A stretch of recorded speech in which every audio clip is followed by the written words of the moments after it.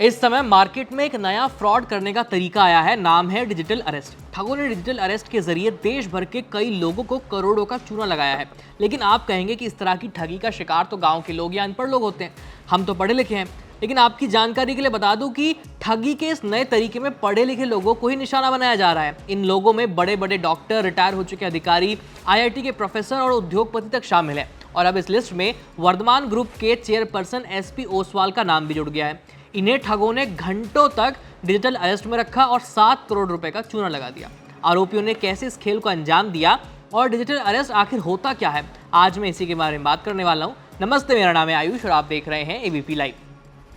82 साल के SP ओसवाल के पास दरअसल बीते दिनों एक कॉल आया।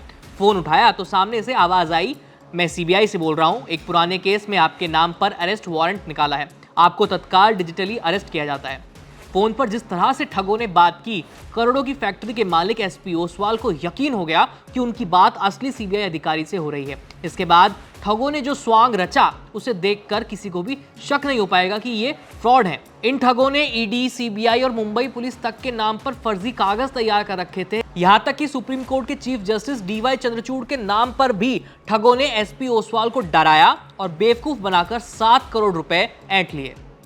मीडिया से बात करते हुए SP ओसवाल ने इस फ्रॉड की पूरी कहानी बताई है। ओसवाल के मुताबिक उन्हें कॉल पर कहा गया कि आपका फोन 2 घंटे में डिस्कनेक्ट कर दिया जाएगा, इसलिए फ्रॉड ने 9 नंबर दबाने के लिए कहा तो उन्होंने दबा दिया। इसके आगे ओसवाल बताते हैं, कॉल करने वालों ने कहा कि वे CBI ऑफिस से बोल रहे हैं।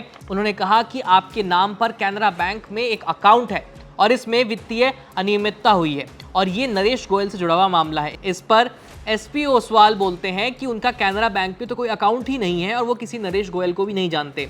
तो फ्रॉड्स उन्हें डराने के लिए कहते हैं कि ये अकाउंट तो आपके नाम पर ही है ओसवाल जी, और इस वजह से आप भी इस मामले में संदिग्ध हो गए हैं और हम आपको अरेस्ट कर रहे हैं डिजिटली। ओसवाल आगे बताते हैं कि फ्रॉड करने वालों ने उन्हें कहा कि आपके आधार कार्ड से आपका नाम लिया गया है। इससे उन्हें लगा कि वे अक्सर जेट एयरवेज में सफ़र करते हैं, तो हो सकता है उनकी जानकारी उनके पास चली गई, रिकॉर्ड में हो। ओसवाल आगे बताते हैं कि ठगों ने कहा कि हम समझ सकते हैं कि आपके डॉक्यूमेंट्स का गलत इस्तेमाल हुआ है, लेकिन इसकी जांच तो करनी पड़ेगी। बिल्कुल एकदम प्रोफेशनल तरीके से बात कर रहे थे वो। आप हमारे डिजिटल कस्टडी में हैं, हम आपको बचाने की पूरी कोशिश करेंगे और आपको हमारा सहयोग करना पड़ेगा। इस पूरी बातचीत के दौरान एक सीनियर आता है जो खुद को राहुल गुप्ता बताता है और उसने कहा कि वो इस केस का मुख्य जांच अधिकारी है। उन्होंने आगे कहा कि आप मुंबई नहीं आ सकते तो हम आपकी जांच प्राथमिकता के आधार पर करेंगे। इसके बाद उन्होंने SP ओसवाल का बयान लेना शुरू कर दिया। SP ओसवाल के मुताबिक फ्रॉड करने वालों ने उनसे पूरी जानकारी ली। ओसवाल ने उन्हें पुलिस अधिकारी समझकर अपने बिजनेस, प्रॉपर्टीज के बारे में सारी चीजें बता दी। ये भी बता दिया कि किस बैंक अकाउंट में 10 से 12 करोड़ रुपए हैं और बाकी अकाउंट्स में कितना पैसा है। कॉल करने वालों ने उनसे कह दिया कि इस मामले को लेकर वे किसी से भी ये चीजें शेयर ना करें, क्योंकि ये नेशनल सीक्रेट एक्ट्स के तहत आता है मामला, और अगर वो ऐसा करते हैं, वो इसका उल्लंघन करते हैं, तो उनको 3 से 5 साल तक की जेल की सजा हो सकती है। इन सब चीज़ों को देख करके, सुन करके ओसवाल को बिल्कुल यकीन हो गया कि जो सामने मौजूद लोग हैं वो असल में CBI के अधिकारी ही हैं। इसके बाद उन लोगों ने सुप्रीम कोर्ट के लिए आवेदन तक तैयार कर दिया, पूरा फर्जी तरीके से। ओसवाल से कहा गया कि चीफ जस्टिस ऑफ इंडिया यानी CJI DY चंद्रचूड़ आपकी याचिका पर 11:05 पर सुनवाई करेंगे। ओसवाल बताते हैं, उन्होंने मुझे स्काइप पर लिया था, पीछे CBI का लोगो लगा था, पूरा CBI का ऑफिस लग रहा था। वे 24 घंटे मुझे मॉनिटर कर रहे थे, मैं रूम से बाहर भी निकलता तो फोन साथ लेकर निकल रहा था। फिर अगले दिन फर्जी कोड बनाकर वीडियो कॉल पर ही सुनवाई भी हुई। ओसवाल के मुताबिक उन्हें जज तो नजर नहीं आए, लेकिन राहुल गुप्ता उनके केस के बारे में सारी चीजें, हर एक चीज डिटेल में बता रहा था। इसके बाद जज ने ये आदेश दिया कि आप इनकी प्रॉपर्टी ट्रांसफर करवा लीजिए, अगर वो ऐसा नहीं करते हैं तो उन्हें गिरफ्तार कर लीजिए। थोड़ी देर बाद ओसवाल के पास आदेश की एक फर्जी कॉपी भी आ गई, जो फर्जी आदेश जारी किया गया था। इस आदेश में उन्हें अलग अलग अकाउंट्स में 7 करोड़ रुपए जमा करने के लिए कहा। रिपोर्ट के मुताबिक एक फर्जी अरेस्ट वारंट भी उनके नाम पर जारी किया गया और इस वारंट पर ED और मुंबई पुलिस के स्टाम्प तक लगे हुए थे। ओसवाल ने अपने मैनेजर को बुलाकर पैसे ट्रांसफर करवा दिए। मैनेजर को भी नहीं पता कि पैसे किसे ट्रांसफर करने हैं। बाद में जब उन्हें एहसास हुआ कि वो एक बहुत बड़े ठगी का शिकार हो गए हैं, तब जाकर SP ओसवाल ने साइबर सेल में केस दर्ज करवाया। पंजाब पुलिस ने इस मामले में फिलहाल 2 आरोपियों को गिरफ्तार कर लिया है, जिनका नाम है अतनु चौधरी और आनंद कुमार चौधरी। यही नहीं, पुलिस ने इनके पास से 5 करोड़ 25 लाख रुपए की रिकवरी भी कर ली है। इसके अलावा 7 और आरोपी हैं जिनको ट्रेस किया जा रहा है। चलते चलते आपको ये भी बता देते हैं कि आखिर डिजिटल गिरफ्तारी होती क्या है।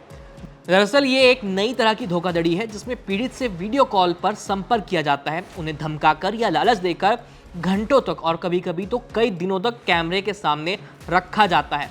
आमतौर पर रिटायर हो चुके अधिकारी या काम कर रहे पेशेवरों को ही निशाना बनाया जाता है, क्योंकि उनके बचत खातों में अच्छी खासी रकम होती है और वे टेक्नोलॉजी से कुछ खास ज़्यादा अपडेटेड होते नहीं हैं।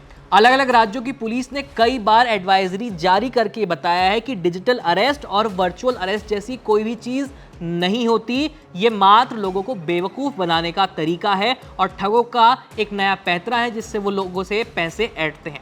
तो ये सारी जानकारी आपको कैसी लगी हमें कमेंट पे ज़रूर बताइए और आप भी इस तरह की ठगी से सावधान रहिए। मेरा नाम है आयुष, देखते रहिए ABP लाइव। धन्यवाद। What does Haryana's youth want? What's the political mood of the region?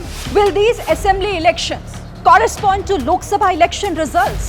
सरकार बनेगी तो 36 बरादरियों की सरकार बनेगी। Ram Ram. Who will have the last laugh?